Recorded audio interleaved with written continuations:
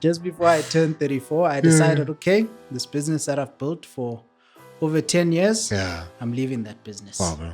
Because I'm too comfortable now and I'm not growing. I decided, I was in the shower and I called my wife. I was like, babe, yeah, I'm leaving the business. She's like, what? That victim mentality is, that thing is so ingrained in us. And I find a lot of husbands who, end up either being passive, that underneath all of that is that sense that like the stuff is happening to me. So if only I had a better wife, if only these kids were more disciplined. I mean, I love the words you use, like how can I influence the situation, Because you stop being a youth. You Come stop on, thinking bro. like a child and you start Bro. thinking like a man. Yeah, That was the transformation for bro. me. I had such clarity in my decision that Sure. I know who I want to be. And this comfort is the biggest impediment to me becoming that. Because now I'm starting to make excuses. Speaking of being, big dreamers with your wife, what happens in the moment when you both come in with massive dreams and you're like, yo, we need to meet each other somewhere in the middle, and you do. But part of that process is realizing that either what you came with or what she came with has to die. Hey, what's up? Welcome to That Husband podcast with me, Black Newborn. Here we are husbands who aren't where we want to be, but certainly are not where we used to be. We are imperfect, always failing forward, trying to know better so that we can do better.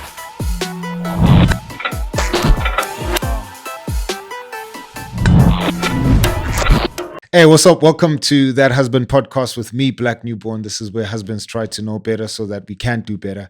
Before we jump into this episode, we want to thank everybody who's been supporting us. If you're joining us for the very first time, man, thank you for being with us today. Do not forget to hit that subscribe button, hit the notification bell so that you're updated on every single episode we drop every Wednesday at 11:30. Two ways you can support us.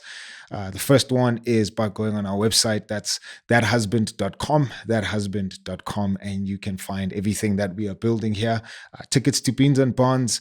You can find our online store and you can buy us coffee through that website as well. The second way you can support us is by booking me either as a speaker, facilitator, an MC for your next event.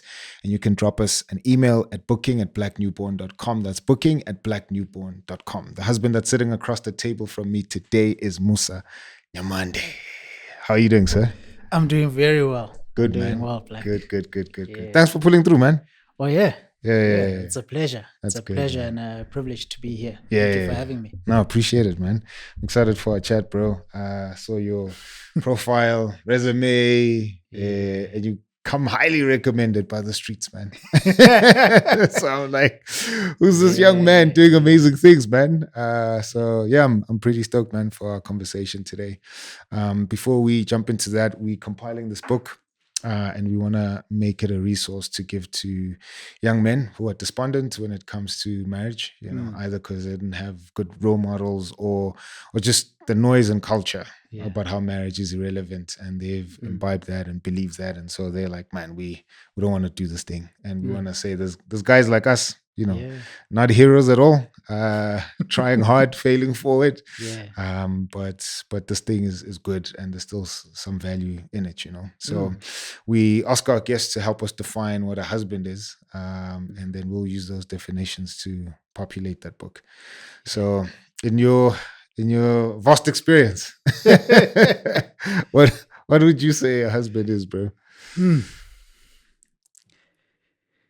It's a really complicated role. Sure. It's a role just like many others, being a father, being a brother, being a friend, business person. Sure. We carry on these roles, and these roles have their own definitions. But it's being a husband is really complicated. Sure. Because in that role, you relate to another person. That person has expectations of you. Expectations they built before they met you and before they married you, and they come into that relationship with those expectations. And then you also occupying that role, have all those expectations before you became a husband. And then when you're in it, you try to hold on to those expectations, and you find that sometimes reality is flipped upside down, Sure. and it's the opposite of what you expect. So, Yeah. really complicated role, Sure. very rewarding, Mm. especially if you want to grow. Hmm. So, especially in this season of my life, I've Yeah. realized I've traded comfort for growth. Sure. It's very hard to have both.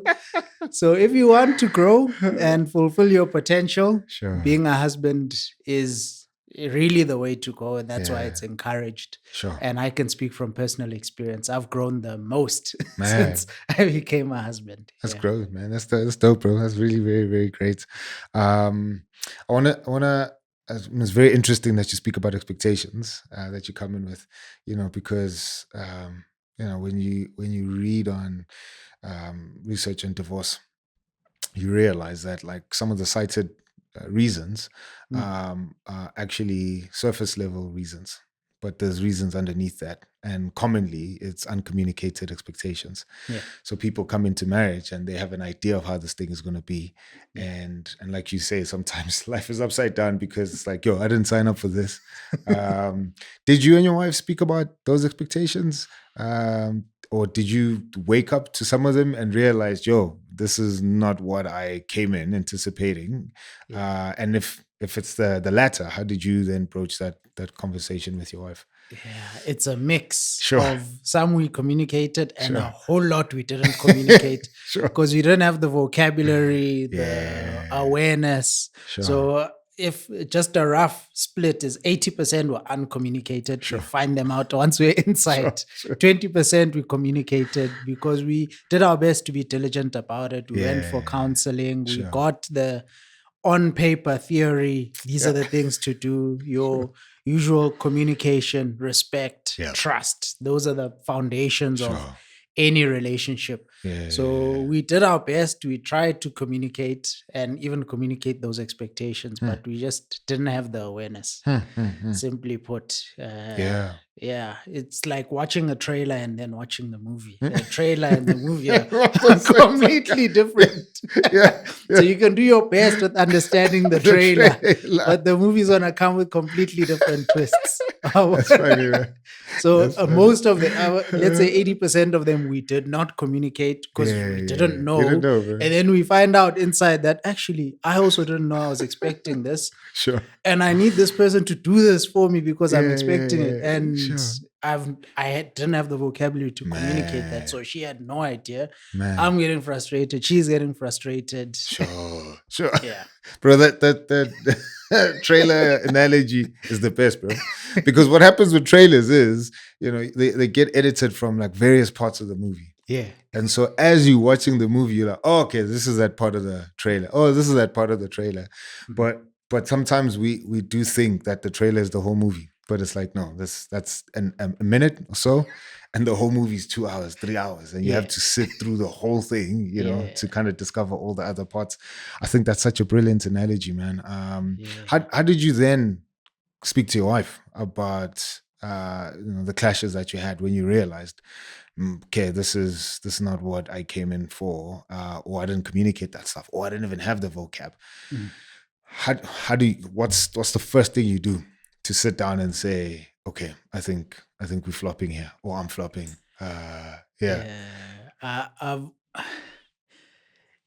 Since I came into my adult life, and Yeah. there's so many things I had to work on. This is before I got married, before I even met my wife. Sure. And I found therapy to be such a powerful process and tool for that. So I was always biased to say, okay, got a problem, go to therapy. Got a problem, go to therapy. Sure. That was my card that I would always pull out. Sure.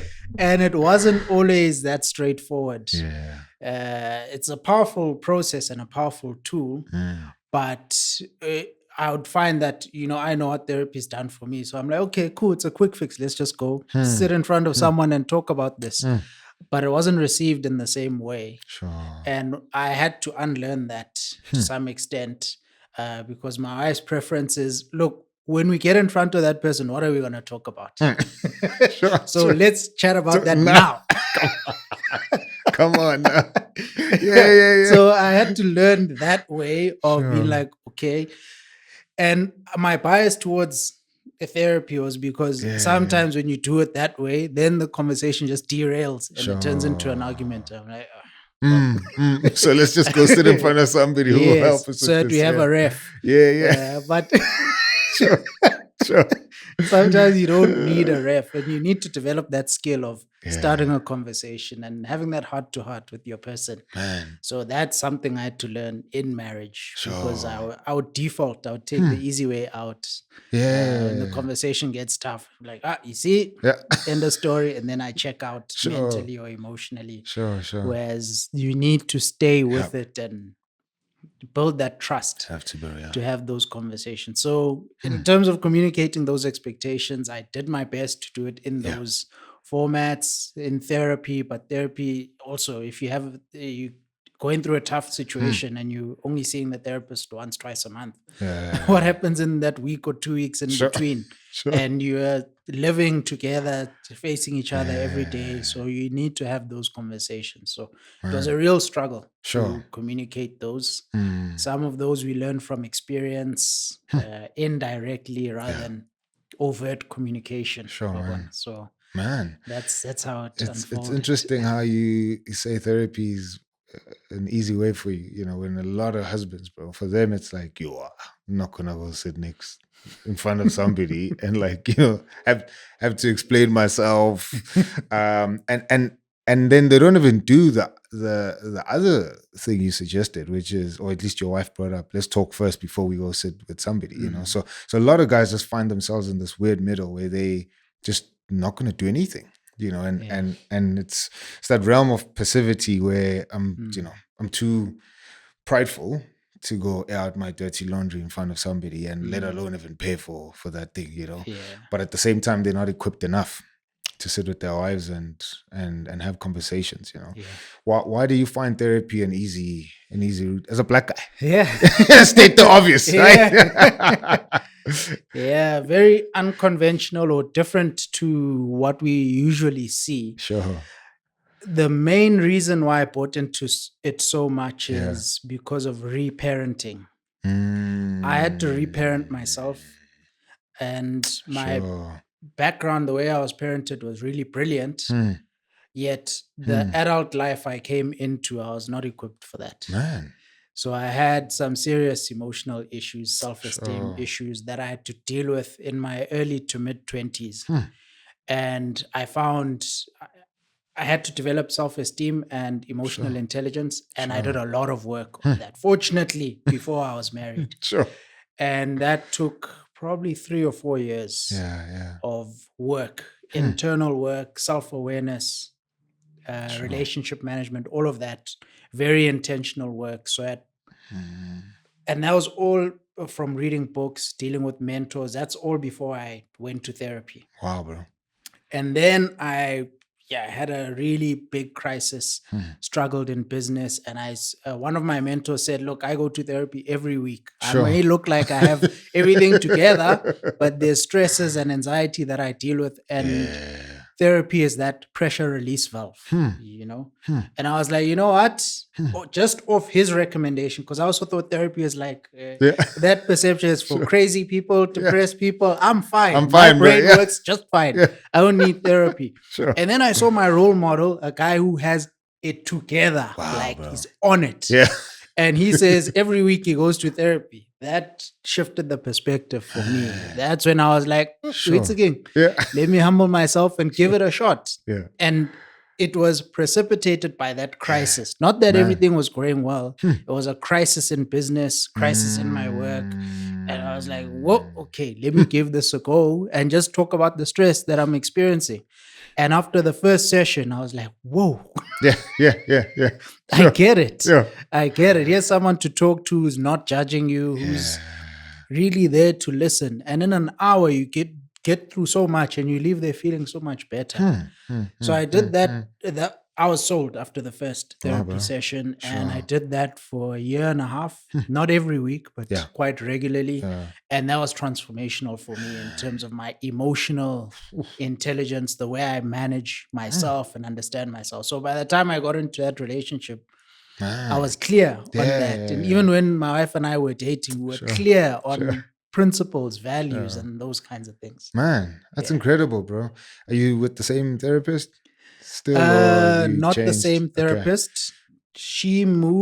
That therapist moved to the UK around COVID, and then I was referred to another therapist who was really good. Okay. So I still do work with her, but not as often.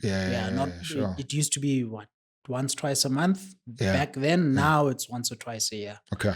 I see, bro. Yeah. And then the couples therapist, of course, is a different person. Yeah, Because sure. you don't mix. Yeah, no, mix those definitely, things. bro. Yeah. I mean, I'm quite like intrigued to just get your insight on this, because you said you were, I mean, you know, I'm paraphrasing, but you were raised right? Yeah. Which is just one, at a personal level, just something I'm very passionate about. You know, let's try and raise our kids right, especially coming where we come from, you know, and with the crisis of fatherlessness in our country, you know. So it's like, yo, let's try and not, you know, perpetuate the same mistakes our dads, grandfathers did, etc., etc. Let's try and paint a different narrative. And so part of my heart for this podcast is that, like, you know, if husbands stay at home and love their wives and care for their kids, we'll have a different country, you know. I think there's many things that will change this country, but I think another very big component is the family, and particularly within the family, husbands, you Absolutely. know, who will be there, presently doing healthy things, you know, not just hanging around at home. Yes. You can be at home and do so many unhealthy things, right? In fact, you'd be better out. So we want husbands who would, be at home, bro, doing brilliant things. So I'm, again, like, just intrigued to hear you say I was raised right, but then at some point I realized, I needed to fix some things, or whatever the case is. Yeah. How did you wake up to that? You know, where you were like, yo, there's, you know, maybe for lack of a better word, defects here. And I need to reparent myself. What woke you up, and then what were some of those things that you had to reparent yourself on? Sure. Yeah. I'm super grateful for the parents I have. We're still very close. Sure. What's today? Tuesday. Yeah. I was with them on Sunday. Sure. Our daughter is there. We're very close with my parents and have been growing up. So Sure. first and foremost, I'm super grateful to my parents. Right. I was blessed with a really beautiful parenting experience. And what I'll say is parenting has the biggest imprint on you as a person. Yep. Particularly especially until you get to your adult life, and you might decide there's some things you want to change fundamentally.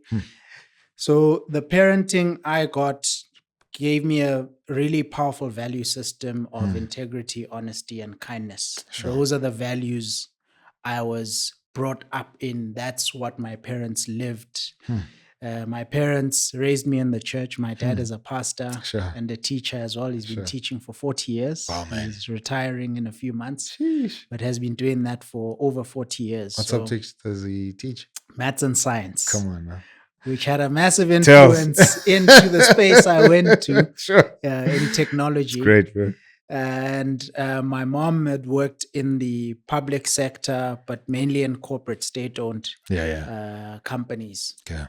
For also close to 40 years until she retired last year. Okay. So I'm super grateful for the parenting I received. They raised me in the church, solid values. Yet there's certain imprints which were formed in me and ways that I look, a worldview that I had developed.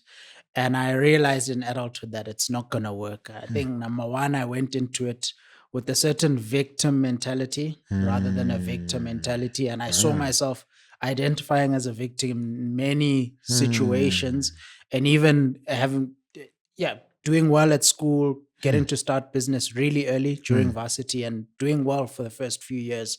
But finding out that entrepreneurship really demands a lot from you, and you need to be solid on the inside. So I was seeing those cracks, those deficiencies on the inside. I'm like, hey, when something adverse happens in the business, why am I seeing myself as a victim instead of someone who can influence the situation?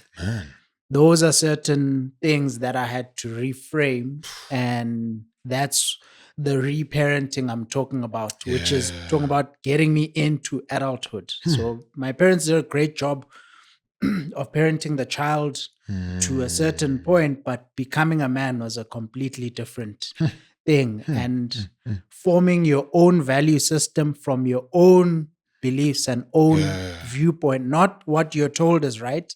Everyone can tell you, yes, be honest and all of that. And then when you get the biggest opportunity to violate those values, what are you going to do? What are you going to do, man? What are you going to do? What are your convictions? You need to form those on your own. Man. Yeah. Sure, bro. Bro, that's, man. That victim mentality is, that thing is so ingrained in us. And I find a lot of husbands who, end up either being passive or very, it's cold and absent. That underneath all of that is that sense that like the stuff is happening to me, So if only I had a better wife, if only these kids were more disciplined, if only, and it's like, I mean, I love the words you use, like, how can I influence the situation, And as a husband, you positioned in that role, where you can wake up and influence a situation. You have the ability to influence a whole family, and the kind of people that come out of that family. What woke you up to that, bro? How did you wake up to I'm a victim here, because that's like, sure, like the level of introspection that you'd have to undergo there and admit that you've seen yourself that way.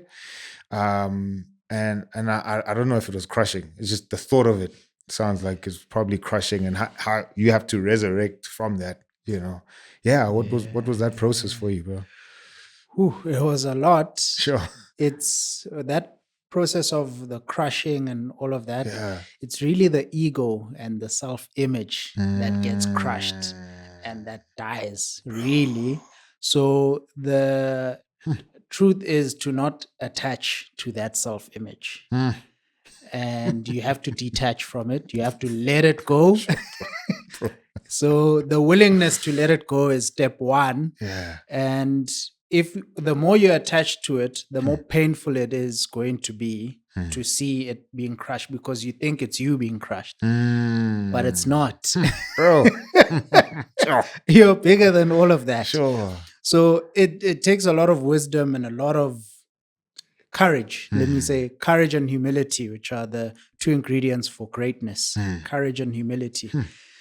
So it requires a lot of courage to see that and let it happen without identifying with that thing that's being crushed. Because what emerges on the other side is you've grown and you have a much bigger perspective of what's actually going on. Sure, gone a little bit deeper and more philosophical, but that's really what I experienced, and that was the shift for me. Like everything I knew to be right, I was the golden boy doing everything right, and then I was failing. Sure, bro. So now that shook everything, and then through different processes and learning, I found that, okay, I mustn't identify with that identity and allow it to fail and allow it to get crushed and witness it with a certain level of distance that I'm not this thing that's failing. I'm witnessing the thing that's failing. And what can I learn from that experience? And then, that's where the growth came from for me. It's great, bro. You said you started business early as in varsity. When did this failure occur in that season? That was about 5 years in. Okay. 5 years into the business. So brief timeline, started the first business in 2011. Okay. That did well. And into 2013 started the second business. Okay. Which so simultaneously or the first business was a student-run business. So that's while I was still studying and finishing up my studies. So handed that over to a set of students and they ran that business. Then the second one, that was from 2013 into 2016. That's when the tremors started in the earthquake. And then by 2018, it was like, catastrophic. Sure. Lawsuits. Being sued, people taking us to CCMA, clients canceling contracts, needing to retrench people. Sheesh, And now bro. I identified with With all of myself that. as I'm the successful business person that should have everything figured out and shouldn't fail. That was the earthquake for me. So How old are you at that point? 2018, I was 27. Okay, So bro. between the ages of 25 and 27, that's when Things, yeah. that's when things Sure, really shifted for me. Man. Yeah. And when do you meet your wife in all of this? During that season, In the this is shaking. in the shaking. This is before we started dating. Sure. And we happened to be in the same space. I was in consulting, IT consulting. She was at the same client. Okay. And then I got to meet her there, and then it was friendly and platonic then. Sure. And then a year later, we started dating. That was in 2019. Sure. Yeah, and this is perhaps after I'd done the work. Yeah. Yeah, Man. timeline-wise, that's when I meet her. Okay. The new Mosa 2.0, or Yeah. the new and improved version, who's a lot more self-aware, has much higher self-esteem, and has matured. Yeah. Man, that's great, bro. What was it about her that drew you to her? The smile, man. Come on, man. Come on. Yeah, Sure. yeah. There's a lot of people say men and women are different. As Yeah, men, we are drawn to the physical and all of that. Yeah. I tend to agree with that. Yeah. The first impression was like, she's got a remarkable smile. Sure. To this day. Yeah. That's what gets me. That's It's great, that bro. smile, it's her eyes. She's really beautiful. Sure. She's really beautiful. That smile just was so genuine. And I was like, I noticed that. I was like, okay. And then for some time, they let it go, and then we got an opportunity to interact again and to speak, and then that's cool, man. one conversation led to another, which led to a date, and then Now the you're rest here. is history. Now you're here. 2 years later, Well, of marriage, beyond, at least. beyond the smile, once we had some conversations, I found the way she thinks to be really refreshing and interesting. Her perspective on things, her boldness, and how direct she is. Yeah, I was really drawn to that. Yeah. And when you explain the two versions of yourself, what are some thoughts? I mean, she obviously doesn't know the old guy. Yeah. She knows this new guy. Is she surprised by that? Like who the old guy was? Or is she like, I can see how you'd move from that to this new guy? What are her thoughts on your transition? Yeah. That's a good question. Sure. Sure. Because she only got to see glimpses of the old guy. Okay. She was mainly experiencing the new guy. Yeah. And also in the beginning, when you're dating, it's mainly your PR that's speaking for you, right? Yeah. So she got to see the PR who was like polished. And when we're going for our date, it's all the right principles. So for a long time, she got to see that version of me who's like polished, who's very self-aware and all of that. She only would see glimpses of the previous version of me, because of still both these versions are happening in the same person, same entity, and so on. Sure. So there would still be glimpses and relapses to that old person, and sometimes feeling like a victim and all of that. Sure. But those were only glimpses. So she didn't really react to that much. Okay. Interestingly, and I'm grateful that I met her when I met her, because she just challenged me to such a higher standard of being an emotional awareness. Her expectation is that, well, look, you know what's going on. You're a solid person. You know your story, because I know my story. Come on. And we're going to do this. Sure. So I needed to have gone through that transformation for it to work with her. Sure. Yeah. You think the old guy wouldn't have survived? No, for sure. No. Sure. That because now I'm on version 3. Yeah, come on now. Which we'll speak about. Even version 2 had to evolve. So version 1 definitely for sure wouldn't have handled it. Man. For sure. That guy was making excuses, looking for the easy way out all the time. And with this role of being a husband, you have to stick with it. Man. When the growth is happening, you have to stick with it and not go back to the comfort zone. So, bro, when we initially chatted, you mentioned how out of everything you've done, husbandhood has been the most challenging, like fundamentally on your identity. What is that?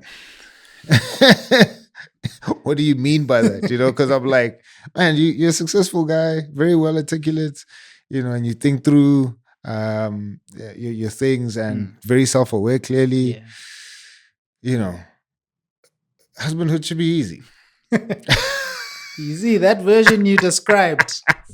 That guy, Sure. in his mind, everything is about him. So that guy believes everything is about him, and everybody is featuring or is an accessory or is an associate, but everything is about that guy. Now that's what being a husband, especially being a dad, that's what it takes away from you. Yeah. Because you have to come to terms with the reality that it's not all about you. Bro, yeah. And good. you have to build. That's good, bro. You have to build. Yeah. So that's what I had to let go of. That's the identity shift that happened for me. Man. Yeah. What are some ways that you kill that guy? Because having to die to yourself, having to kill ego. Like some people might speak about it, but very rarely does anybody say, cool, here's my 3 things I do to ensure that guy stays in the grave. It's been a lot. Sure. To give you in a nutshell, and that version 3, the line in the sand was 3rd of January 2025. That's when that transformation, that was the inflection point for that transformation. And since the 3rd of January 2023 until let's say 10 and a half months later, I've read 50 books. No way, bro. Sometimes more than one per week. Yeah. And I've got a coach. Sure. I've gone through some therapy, but not on the emotional side. It wasn't that heavy. It was more the fundamental identity stuff that needed to change. So I had to, redefine who Musa is, and the books I've read have been really instrumental to that in terms of shifting perspective and letting go. So it's been a whole lot. Even this victim consciousness, right? And victor consciousness. One of the books I read by Robin Sharma taught me that victims make excuses, leaders deliver results. Come on, bro. So that's a simple summary of what needed to happen. So I was like, okay, leaders deliver results. What's that result that I want? If for my family to be happy, it's not all about me being happy. How is what contributes and what is the conducive environment for everyone's happiness? What needs to be in place? And I had to be really intentional about things. So about staying as this new guy and keeping that old guy out, being decisive. Recently, I met with a mentor just a few days ago, and even that was like mind blowing. Yeah. So on this past Saturday, I got to have breakfast with him. Yeah. And he related his story, and it was so eerily similar with what happened for me. And he said he was an engineer way back in the early 90s. So he's almost 70 now. Okay. And he was an engineer, successful, working at SAP. Sure. Comfortable job with a company car and all of that. Yeah. And he says he decided, you know what, I'm going to change all of this. I want more for my life. And he went to work on Friday with the company car.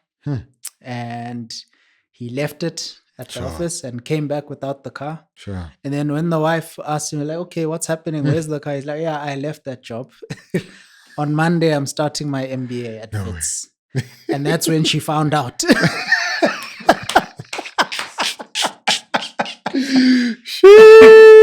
this is when he was 34. So I was like, bro, what's going on? Oh, that's wild, man. Like, why would you do that? And he drop said, a bomb like that. I wanted more for my life, and I just needed to be decisive. Wow. I had to make a decision. Wow. So when he related this, What was shocking for me is that I basically did that on the 3rd of January this year. Sure. Just before I turned 34, I decided, okay, this business that I've built for over 10 years, Yeah. I'm leaving that business. Wow, bro. Because I'm too comfortable now and I'm not growing. And it was the 3rd of January. I decided, I was in the shower and I called my wife. I was like, babe, yeah, I'm leaving the business. She's like, what? Sure. And basically over the next few months, it was a process of leaving the business until the end of June when I had formally left the business. Man. So it's being decisive. So what I wanted to drive home is when I asked him, I was like, what is it about that age 34, 35, where you just get this clarity and you're so decisive? And he says, it's because you stop being a youth. You stop thinking like a child and you start thinking like a man. Yeah. That was the transformation for me. Yeah, maybe it's the age or maybe it's circumstances, but I had such clarity in my decision that cool, I know who I want to be. And this comfort is the biggest impediment to me becoming that. Because now I'm starting to make excuses. Yeah. When I'm supposed to do the hard thing, I'm like, oh, well, I don't really need to because I have these other 10 things I can do, which keep me comfortable. So I was avoiding the one thing or the 3 things I needed to do. So wow, bro. That's, being decisive. That's what it comes to. Bro, that's inspiring, bro. That's inspiring, bro. I can relate to that as well. You just made sense of my being 34. Because when I was 34, I just had this drive, bro, to just work 10 times more than I did before. Exactly. Right? And I had experienced like some catastrophic failures, in life. And I think also suffered from, and I probably still suffer from a victim mentality, bro, but there were things that did happen, so like business partners that stole money, et cetera, and then just like certain other career moves that just did not pan out the way I thought they would, then COVID happens and, all of us were somewhat depressed. Yeah. And so then we come out of that, and yeah, bro, I think there was a point when I turned 34. But maybe to also add here, because it's quite interesting. I thought the thing that was driving me, and it probably was still, was that my dad left me when he was 35. So he walked out of our house when he was 35, right? And ever since, I think 35 was haunting me. That like there's this wall that I think I'm gonna either hit and leave my family as well, because he left with no explanation, like literally day and night, So I leave him, we cool. He's my dad who's been my hero all my life. And I come back from school and he's completely flipped, no mental issues, no physical issues, nothing, right? But literally day and night. And I think that like just like etched in something in my mind, that like men in my family, and I mean, he's the only dude that was like my hero, So I was like, we probably flip in our 30s and particularly 35, So I was just freaking out, bro, to get to 35. And so I think 34 hit me and I was like, yo, if I'm going to level up and not hit that wall, climb over it, I need to do things differently and completely flip the script, And I had a drive, man, that like really propelled me to work hard and establish a couple of things. Now I'm feeling that drive like die down. And as I'm hearing you speak, I'm like, I think I need a 0.3 version of myself as well. So off camera, I'm like, I need to talk to Musa. He needs to put me on, right?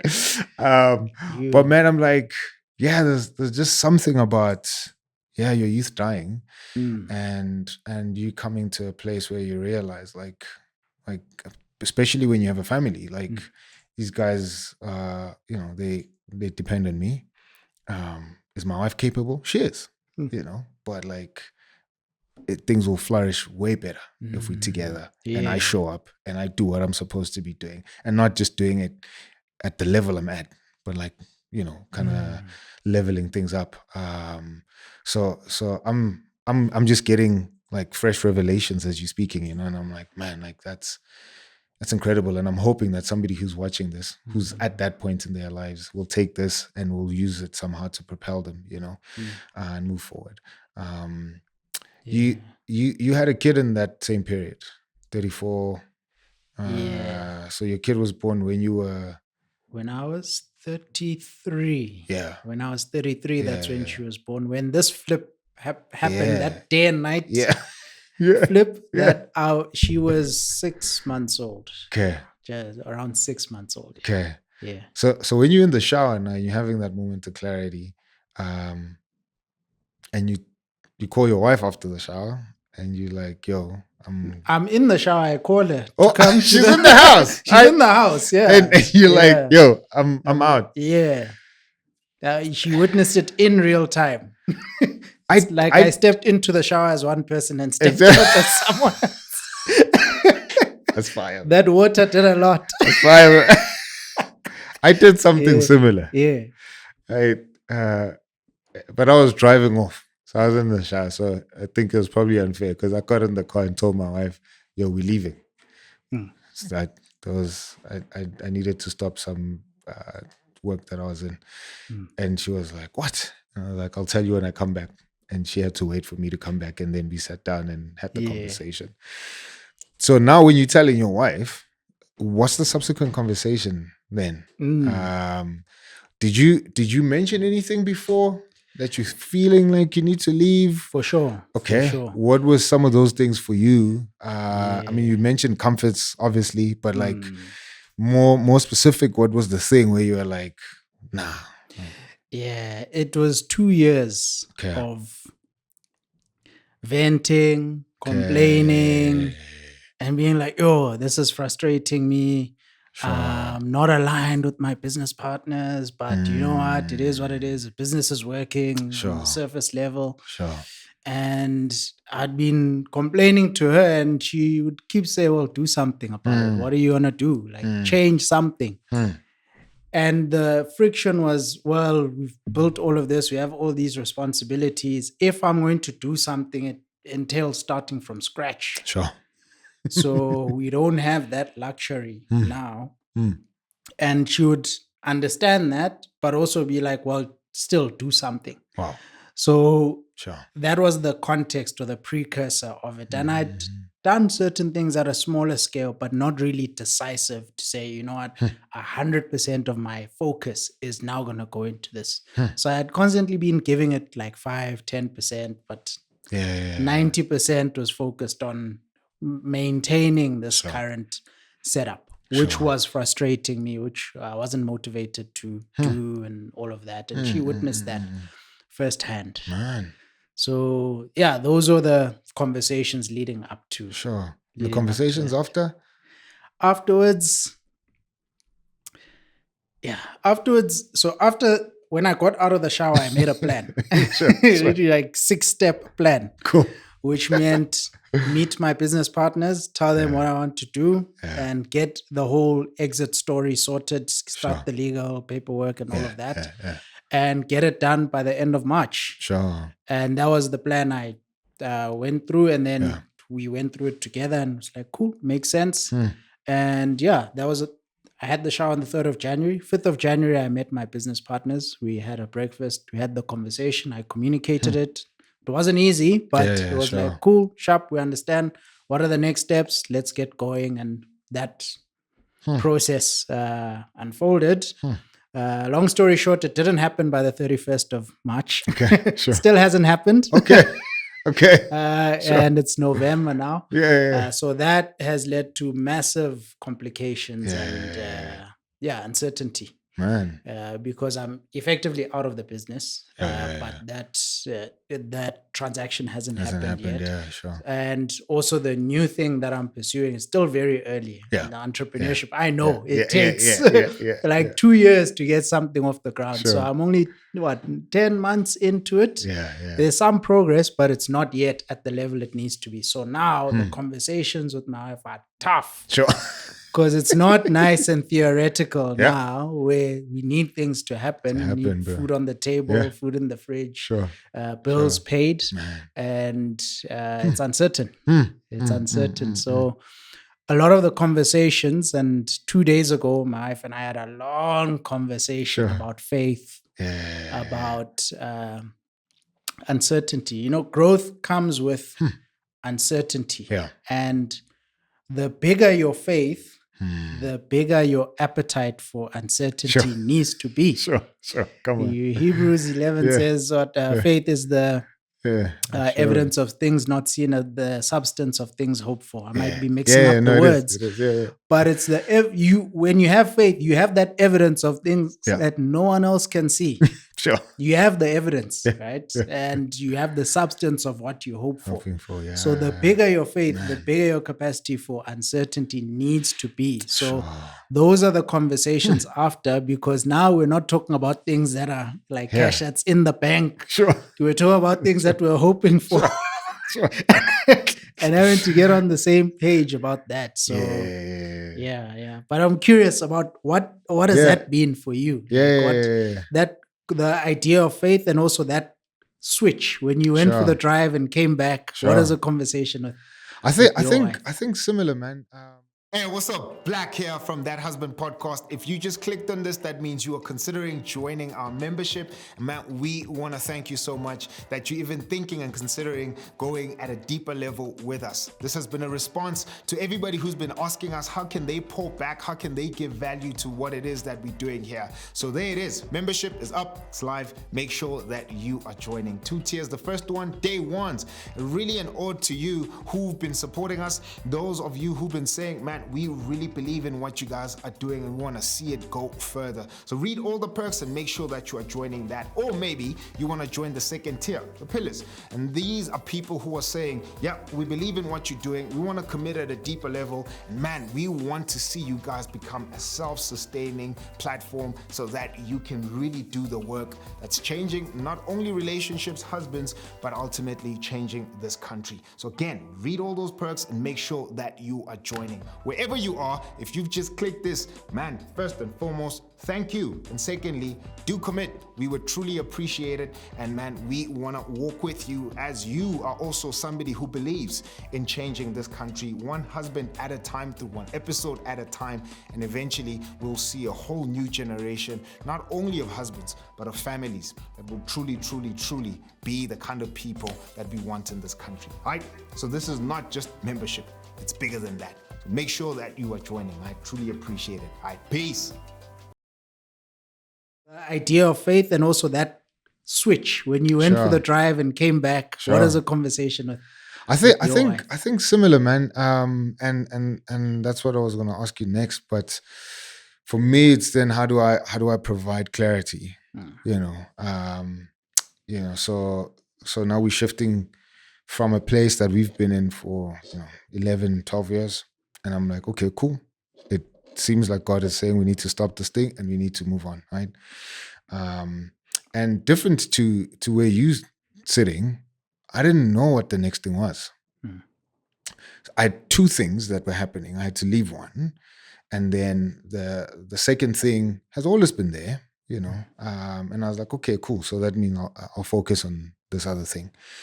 But I didn't know that God would call us to other things, right? And for us, that's the whole conversation on faith as well. That now you're like, okay, cool. There's one thing that we're doing. We'll focus on that. We're growing this thing. We'll see how it pans out. That's fine.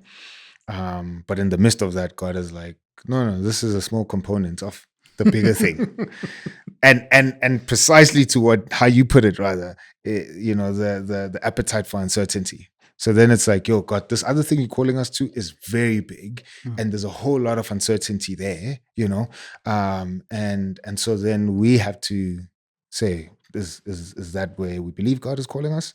And if we're gonna go there, we have to commit, and the thing that's been helpful, bro, and I'm keen to hear your thoughts, is my wife's support. That's the most helpful thing when she's like, yo, I'm backing you. Okay, cool. Make the decision. I'm behind you, right? And then she's also shown up in ways where I didn't anticipate her to show up in those ways, because I'm leading this thing. I'm taking us into this new, venture, and she was like, yo, I'll have to define my role in this thing. I'm not going to be next to you. I'm going to be behind you. So whenever you do this thing, we're not partners in this thing, but I'm married to you. So I'm your partner. I have to look after you so that you can show up healthy for this thing that we're doing, right? Wow. And so I'm like, okay, cool. That's great. But then I didn't realize how much she's going to actually put in coming behind me and supporting me. I thought coming behind me and supporting me is just always checking in. Are you okay? Yeah. How are things going? Is this fine? Etc. Etc. But man, she's shown up in ways where I was like, I think you're probably playing a next to me kind of role, right? And she's like, oh no, like I'm not even doing much. And I was like, but next to me is doing all the stuff that you're doing. And she's like, no, I'm still behind you. But it's because I'm behind you and the roles are clearly defined that I can show up as much as I can. My appetite for uncertainty is big because I know exactly where I'm supposed to be. But if I would be next to you, I'd be unsure. Then my faith would dwindle. I'd struggle with a lot of doubt. But behind you, I know that cool. Like you in front, you doing this thing. Yeah. You people are seeing you. That's fine. But I'm gonna be behind you, and So that's been super helpful, man. And I've really, really appreciated that. And there's a level of stability, I think, that has developed as a result in my wife. That I haven't seen in the past 12 years. So I think that's been incredible. And that's why when I read your profile and you spoke of vision clarity, I was like, man, I wonder what you define that as, and what that is, especially as a husband. Because I think as a husband, and probably so in business as well, you constantly have to communicate the vision. You constantly have to tether people to the vision.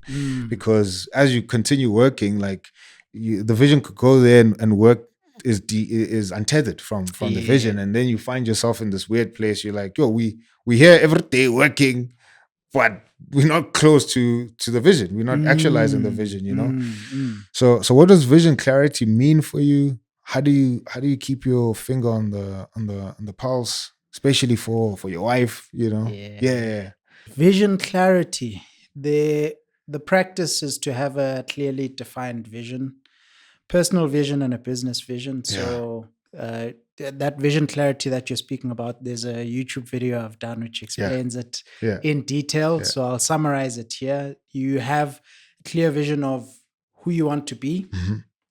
Once you have a vision of who you want to be, then what does that person do? How do you show up as that person? Right? That overcomes the excuses and taking the easy way out. If you have a vision of being this leader or this being accomplished, if you want to win the 100-meter sprint at the Olympics, if you want to be that person, what does that person do? So when does that person wake up? How many times do they train and all of that? And if you know who you want to be, you know what you need to do to be that person, then you can have clarity on you can have what you want to have. So instead of doing it the other way, saying, cool, I want to have this, so then I will do this. And then the being part, you don't have a clear picture on who you need to be to sustain that. Right? If you want to have, let's say, a property investor, and you want to have Mall of Africa times 10. If you own 10 properties like that, who do you need to be to operate at that level first? Before talk about, okay, I want to have all these properties and all of that. Well, who do you need to be? And then what do you need to do to be that person? Then you have the 10 properties as a result. So that's my philosophy for myself and even for our family. So very recently, just a few days ago, my wife and I had this conversation, and we do it regularly. So one of the tricks also is to be consistent as you can with date night. We do once a week, Thursday evening. Do date night, and it doesn't have to be fancy restaurant. It can be going for a walk in the park. One of the episodes Socks was talking about going for a walk with his wife. It can be as simple as that. We like ice cream, so get in the car, go get ice cream, come back home. That's date night. And then every now and then, yes, go to a restaurant, have dinner, dress up. So that gives us the opportunity to have these conversations and to get aligned on the vision. I'm a big dreamer, she's a big dreamer. So we're blessed in that sense that we're aligned in terms of the size of what we want to go for. So that then, if that's the vision, it becomes clear, and then we just do things to align to that. Of course, it's not perfect every day. But if you have a vision board or vision, I've made mine a vision book, clear statement of who I want to be, pictures of like our family, what we've enjoyed, and then other affirmations and what I want the business to be. So the vision, mission statement, purpose statement, and objectives of the business are all in the same book, and I carry it with me everywhere. It's there in my bag. So I look at that twice a day. Look at it in the morning, first thing in the morning, if possible, last thing before you go to bed. And then that gets the subconscious to do a lot of the work for you so that you show up with that being top of mind. Bro, that's the practice for me. Man, that's amazing, bro. Like, this is a masterclass, man. Now you're giving us some solid gems here, bro. Speaking of being, big dreamers with your wife, what happens in the moment when you both come in with massive dreams and you're like, yo, we need to meet each other somewhere in the middle, and you do. But part of that process is realizing that either what you came with or what she came with has to die. How do you navigate that, bro? Compromise. Yeah.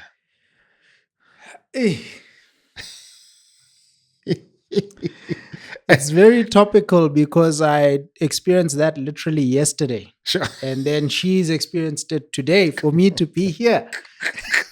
So we go through it all the time where a priority, we have to negotiate priorities. Sure. I come with priorities, she comes with priorities, knowing the importance of them. Yeah. And on Sunday, when we were made the plan for the week, we're like, cool, these are the priorities. And then I had to literally compromise on one of my priorities yesterday because she needed something else done, and I could see the importance that it has for the family and for her progress. And I was like, well, fine, I'll put my priority number 1 for Monday. I'll take that to Wednesday because I already had this as well, and this week is hectic. I'm speaking in Cape Town later. It's a busy week.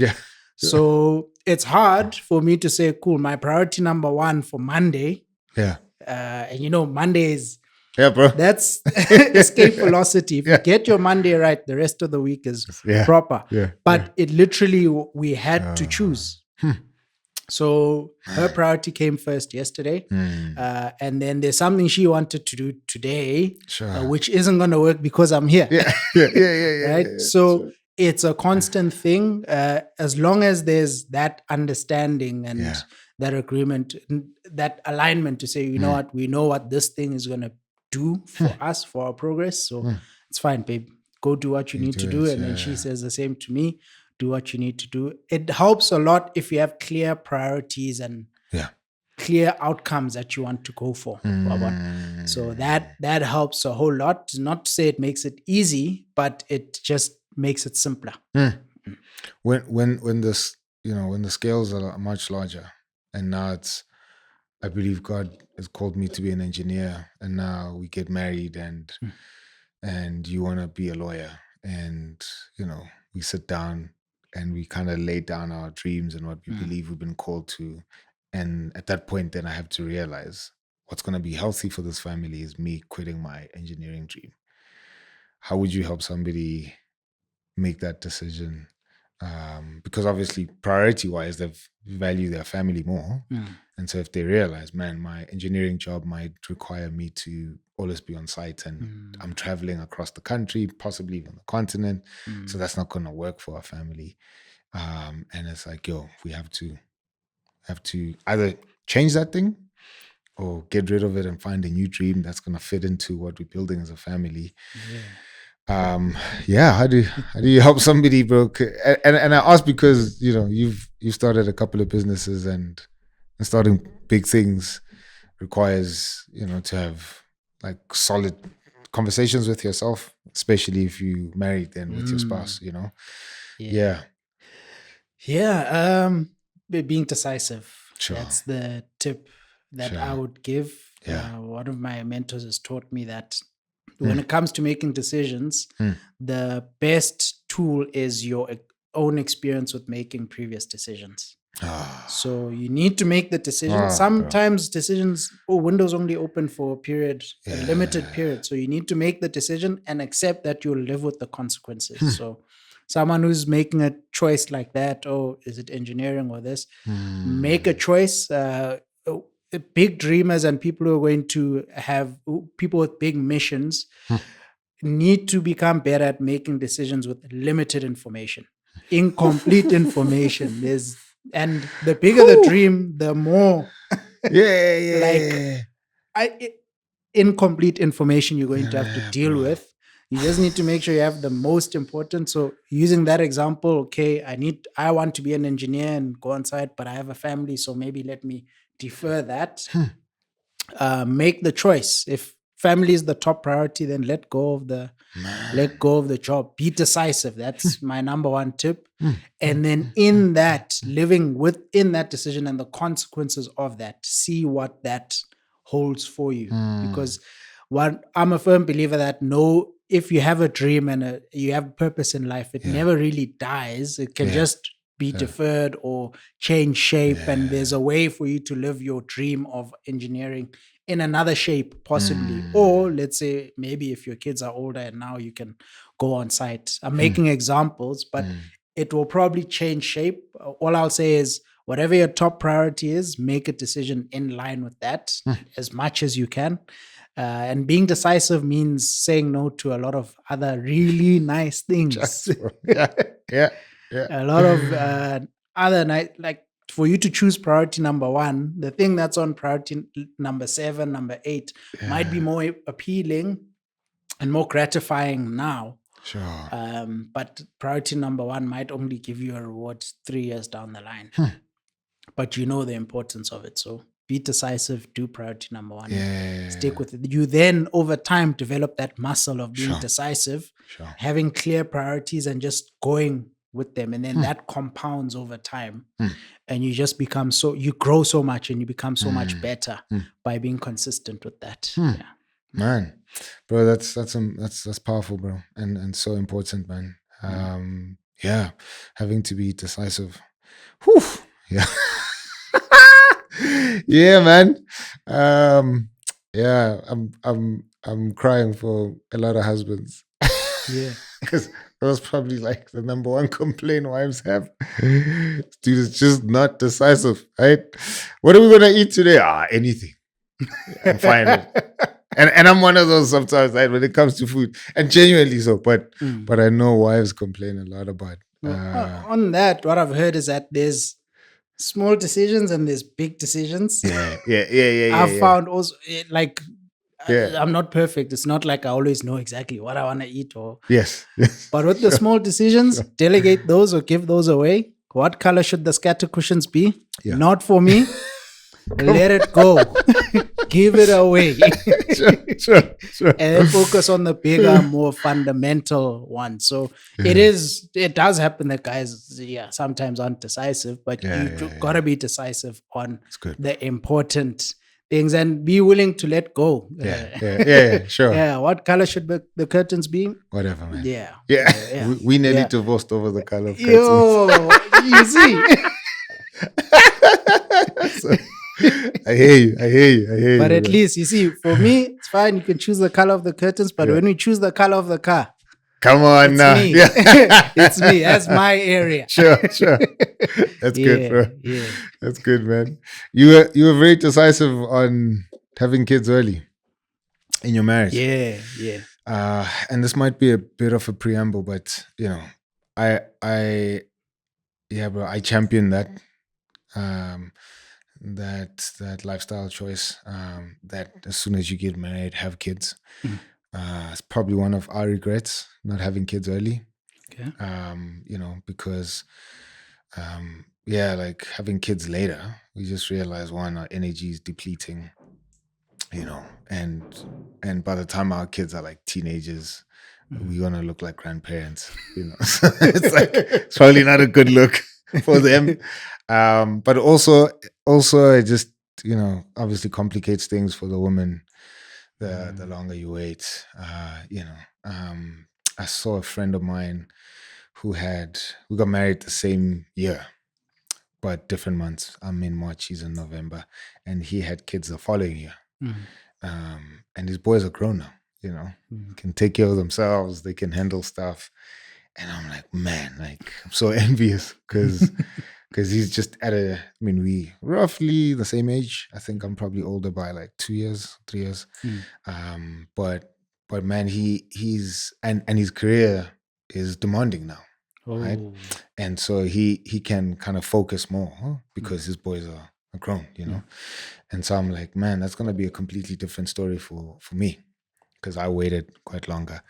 But part of it is just sipping the Kool-Aid of our culture, so go work hard, make all the money, delay family, delay marriage, delay.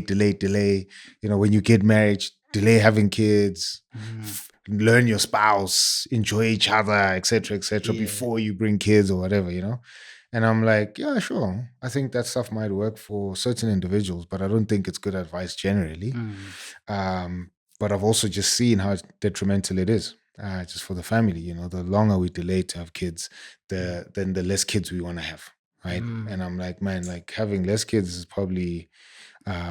You might say it makes financial sense now, but I think in the long run, in terms of your legacy, you're gonna shoot yourself in the foot. Even the Bible says they're like arrows in your quiver. And the more arrows you have, man, the more you can stand in war. The more you go into battle prepared, and that's how you're gonna push back against any injustice in the world.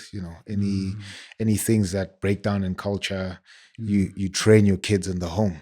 And you release them as these arrows who will push back against all of these things, So the less arrows you have, the less effective you're going to be in being a culture shifter, culture changer. You know what I mean?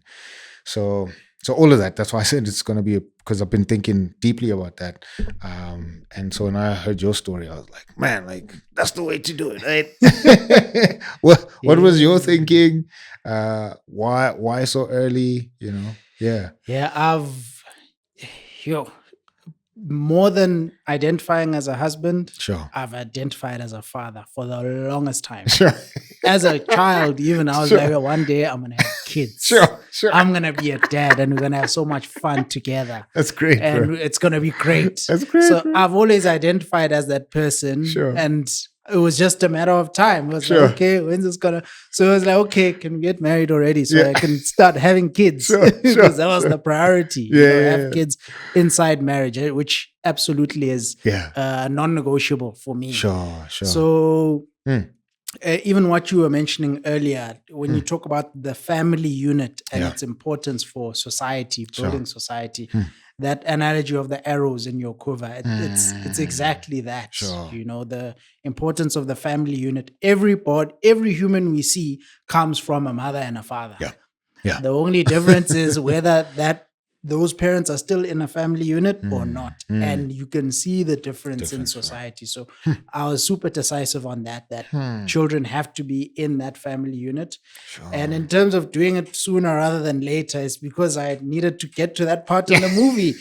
Come on, I'm a dad. Come on now.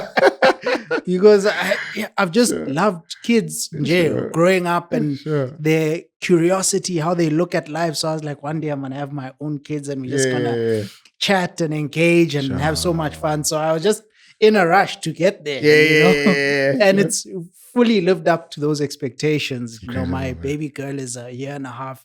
Most inquisitive, most high energy, fun person.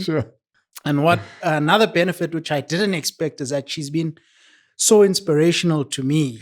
Such a motivator. She's in a way my muse. That idea of having a muse that makes you create better art. She's my inspiration to do better. And whenever I show up with maximum. I was just in a rush to get to the part where I'm a dad. Get that happen as soon as possible. So once we were married, like, okay, let's get to it. Sure. And then for my wife, she was a little bit on the fence for some time. She was like, look, we don't need to rush to have kids. Yeah. And then I think it was our first year of marriage. At some point, she was like, you know what? It would be nice to have a kid. I was like, no need to ask me twice. Let's get to it. Ready. Sure. Let's do it. Sure. So yeah, that's why I was in a rush to have kids. Yeah. In terms of having the second baby, the timing of that, I know that God knows. It's God that knows why it worked that way, and we are just yielding to Him. We didn't plan to have two kids so close together. Sure. But it happened, and we're grateful for that. Yeah, sure. And you mentioned you have a baby girl. Did you have any preference? Well, I think once we knew that my wife was pregnant, I was biased towards it being a baby girl. Okay, why? Yeah, I don't know. Yeah. I think somehow in like the vision, it's almost like I've had a vision of my life, and I've sort of seen how the movie will go subconsciously. I have that sense, and I've always seen myself having a daughter. Sure. You know? So it was playing into that movie. I was like, okay. When we knew she was pregnant, I was like, it's probably going to be a girl. Come on, man. And then we did a gender reveal with my parents and my siblings as well. Yeah. So we had to choose colors, the pink or the blue. Yeah. And I chose my wife and I didn't discuss this. We both chose pink. So you didn't know what gender it was? We'd at the gender reveal about 5 or 6 months in. Okay. My sister. Yeah. Went to the gynecologist and then got the results. Okay. But the gynecologist didn't tell us. Tell you guys. So she only told us at the gender reveal. So we didn't know, but we both guessed pink. Okay. And my parents, both of them guessed blue. Yeah. My other sister guessed pink, and my brother guessed pink. Why did your parents go blue? I don't know. Are you the firstborn? I'm the secondborn. Okay. I have an older brother. Okay. And then a younger sister. So my older brother is married as well, has 2 boys. Yeah. So the sister I'm talking about who did the gender reveal is his wife. Okay. I see. So I'm in the middle. They call it the spare wheel. Yeah. There's firstborn, lastborn, and the spare wheel. Your middle kids are never, in temperament, you're never in the middle. Ever. You either Really? bro. I've never met a middle child who's just like, oh yeah, like, I'm easygoing. And you're either super chilled or like you high performing. Intense. You know what I mean? So I'm like, middle kids are never in the middle, bro. Like I always found middle. It's because firstborns, we deputy parents, and so at some level we kind of develop a chill. Yeah. Because there's other siblings who come after us, so we kind of need to just chill because attention is not on us. And then lostborns are typically the lostborns are spoiled, etc. They're the kids. But I'm like, middle kids, bro, you either go to jail or you become a president. Like, I'm like middle kids, bro. I'm like, you never, I'm okay. I'm average. You got a point to prove. Yeah. Middle kids are never average. You're never middle. I'm like, so it's fascinating because I've also observed this mentor I met this past weekend. He was also a middle child, and he also said that he's like, the thing about us middle children. We go for it. You go, bro. Middle kids go, bro. I'm like, I'm gonna be a thug. Gonna be the best criminal ever and excel. Crime. Yeah, and I'm gonna be. Crime is gonna feel like I birthed it, bro.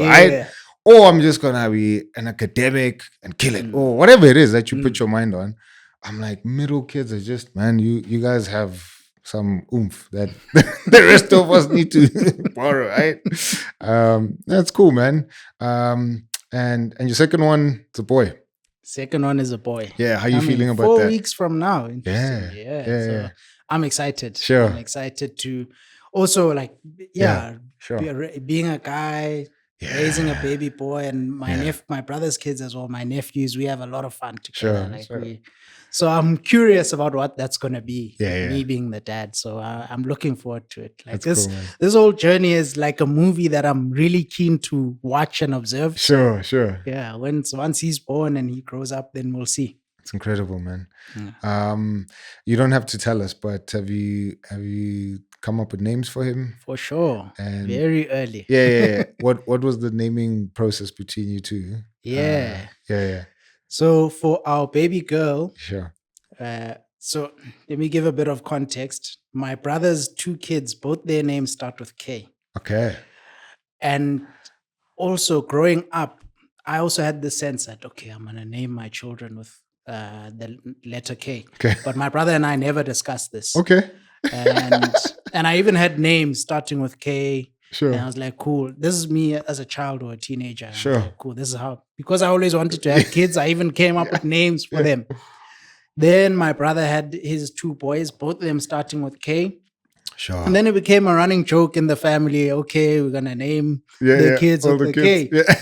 And then my wife subscribed to that. And she was Wow. like, okay. Sure. I was like, cool. And then she chose the name for our baby girl. Okay. And then she has 2 names. Yeah. The first name is Kwezi. Yeah. And the second name is Bonolo. Okay. So I chose the second name Bonolo I see. because I think my top value, or one of my top values, is kindness. So that's kindness, Kasisoto. So we chose those 2 names. Sure. And then we kept it moving. So now we've bought into this game of naming the kids with K. Okay. Yeah. So we knew it had to be a K. Okay. And then this episode will probably air a little bit before my son is born. But I'll give a clue because we also haven't told my family, and they keep even 2 days ago they asked us what's the name for the baby boy. But I'll give them a clue because I'm obsessed with purpose. Okay. Living purposefully. I found there's a translation of the word purpose which starts with K. I know that's what it it. is.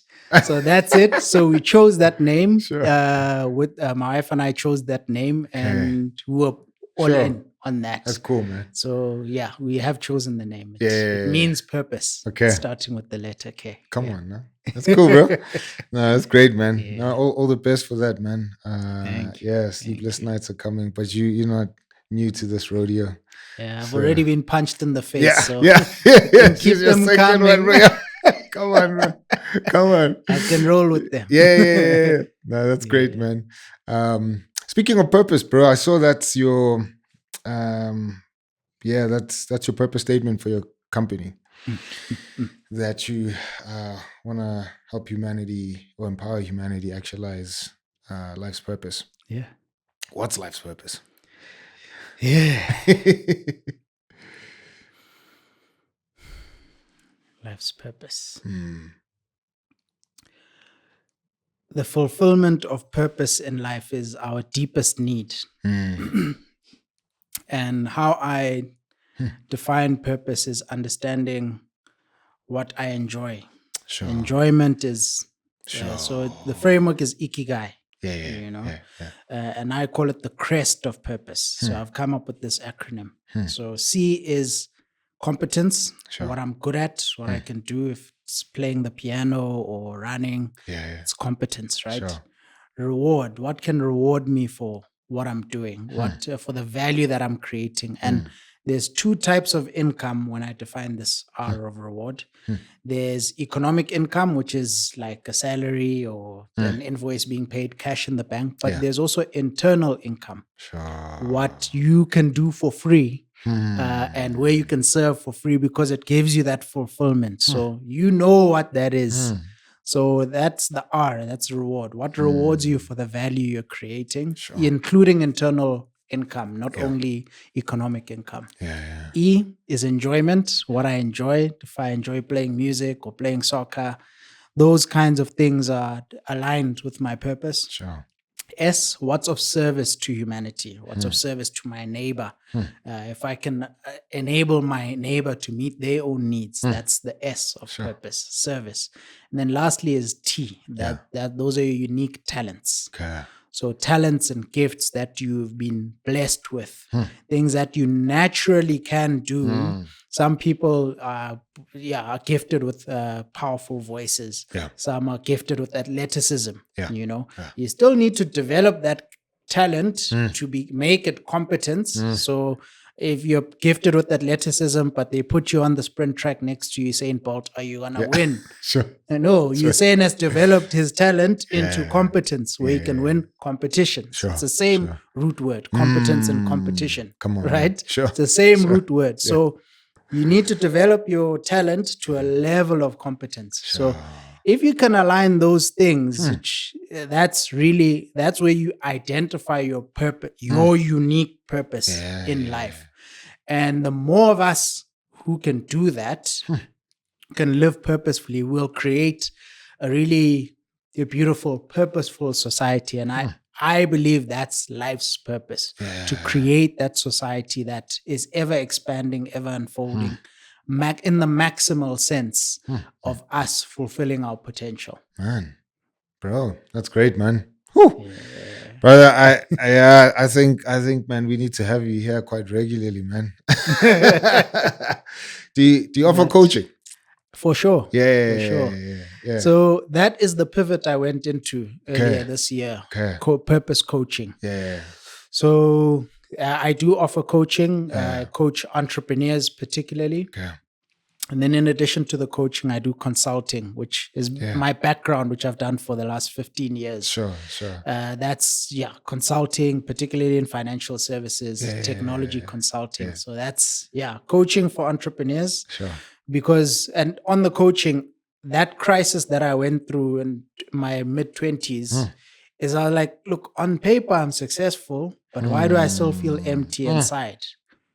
Why do I still feel empty? Why is this lacking meaning? Sure, man. That's when I went on this journey to discover purpose and self-actualization. And that's why the company is named Actualize. It's all about actualization of purpose. So and the framework for this is Maslow's hierarchy of needs as well. So together with the crest of purpose is we usually find that as human beings, there's a hierarchy in terms of need fulfillment. Yeah.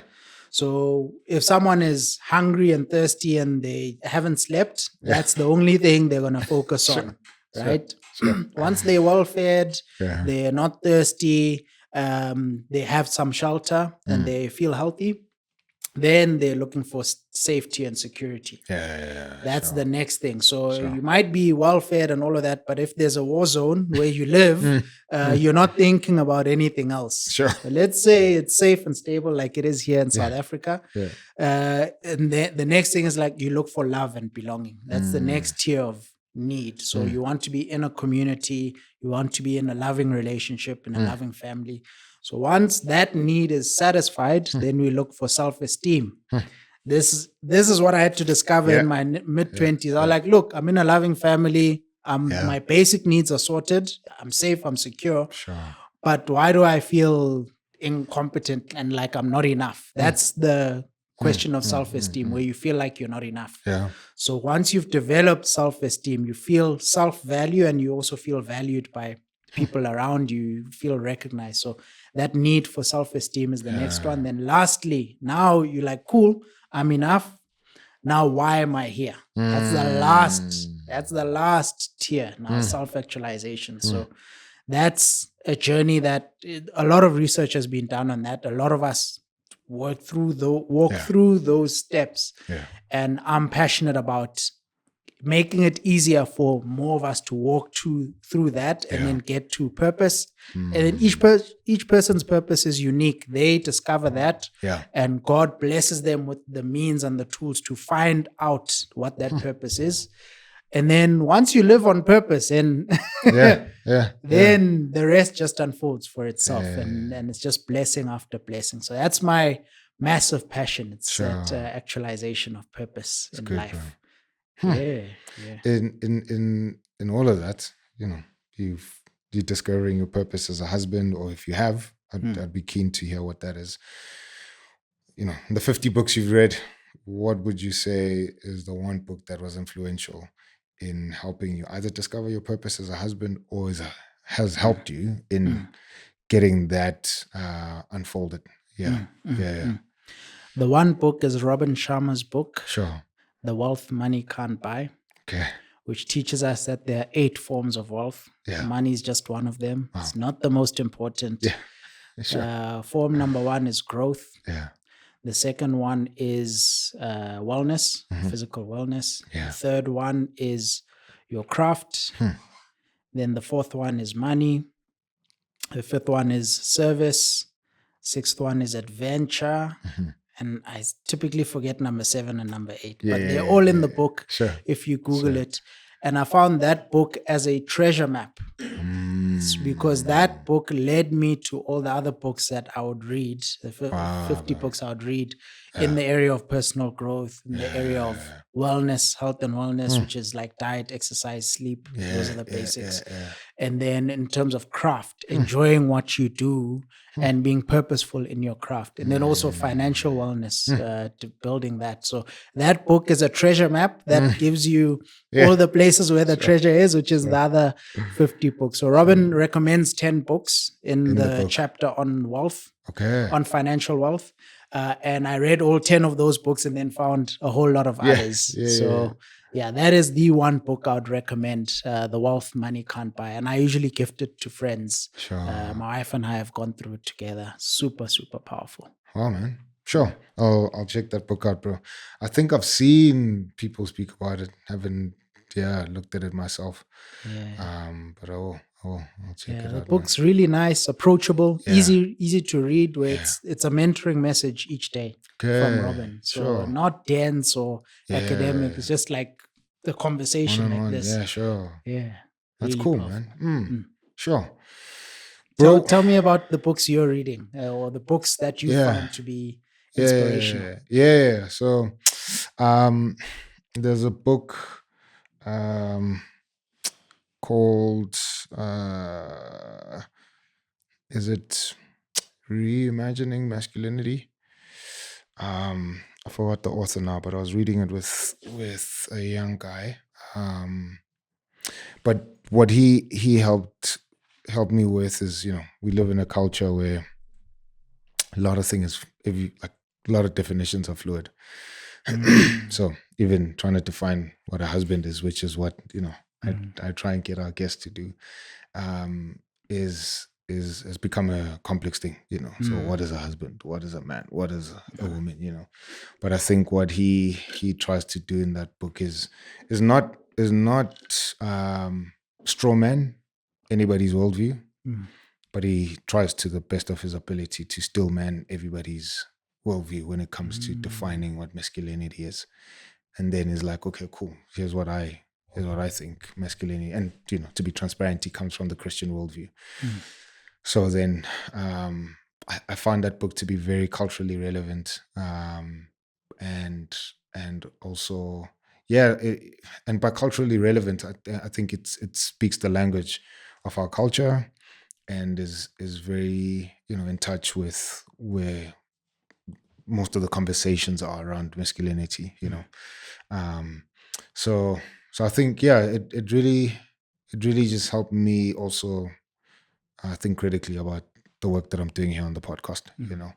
I am speaking to husbands, but I know that there's a whole lot of men that watch, a whole lot of women that watch as well. So then it just helps me kind of clarify just some of my thinking in the content that we create. So that's been a helpful book. A book I want to get, I haven't read yet, is Jason Wilson's the moment or The Man the Moment Demands. The Man the Moment Demands.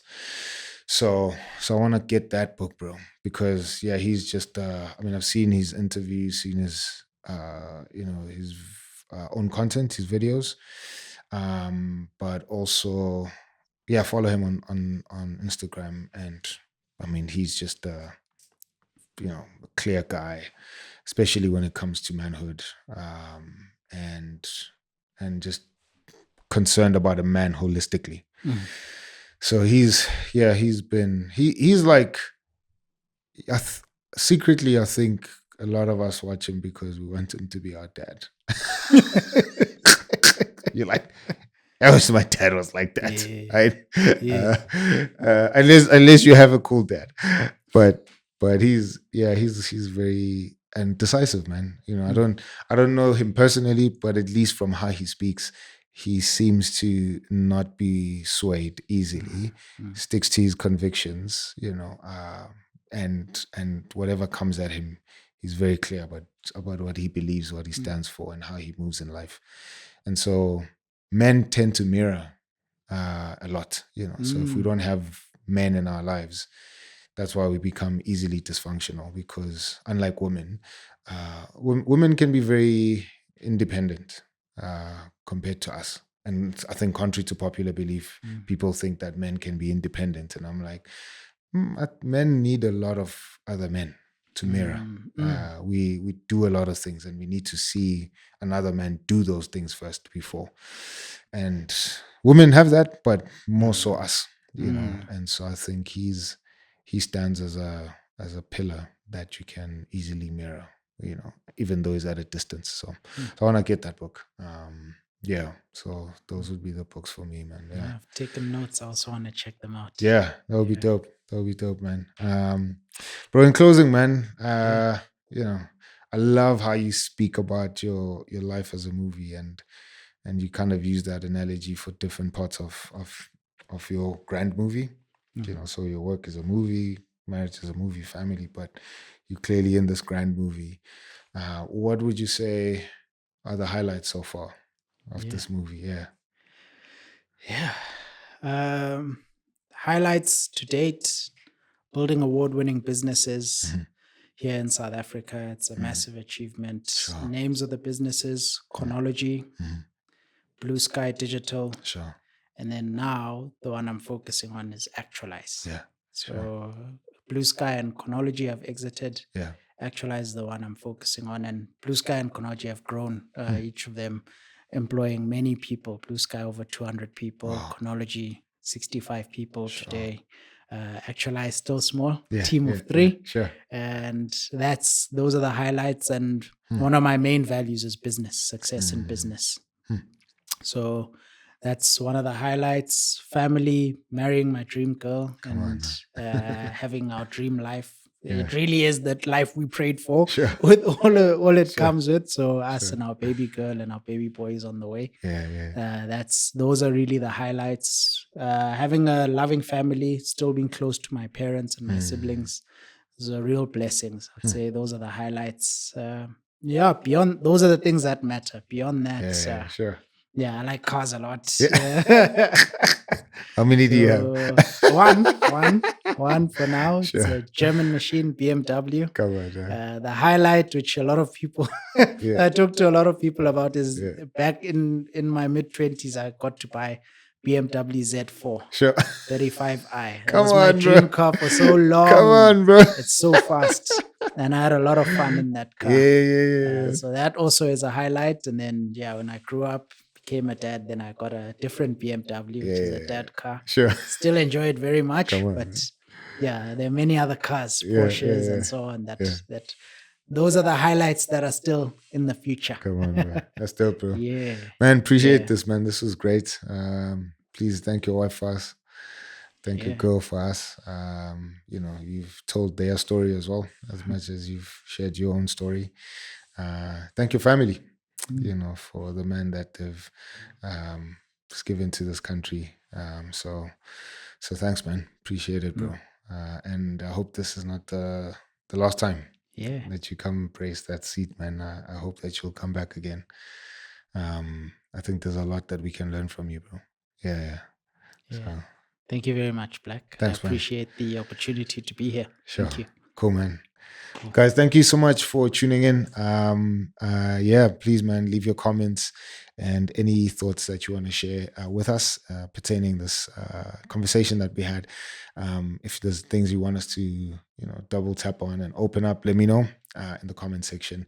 But this was, just a highlight for me, right? I think this was a dope conversation that I needed to have. And so please do leave your thoughts, and I would love to engage you on that as well. From me and this team here, we'll see you next week, Wednesday. 11:30. Peace.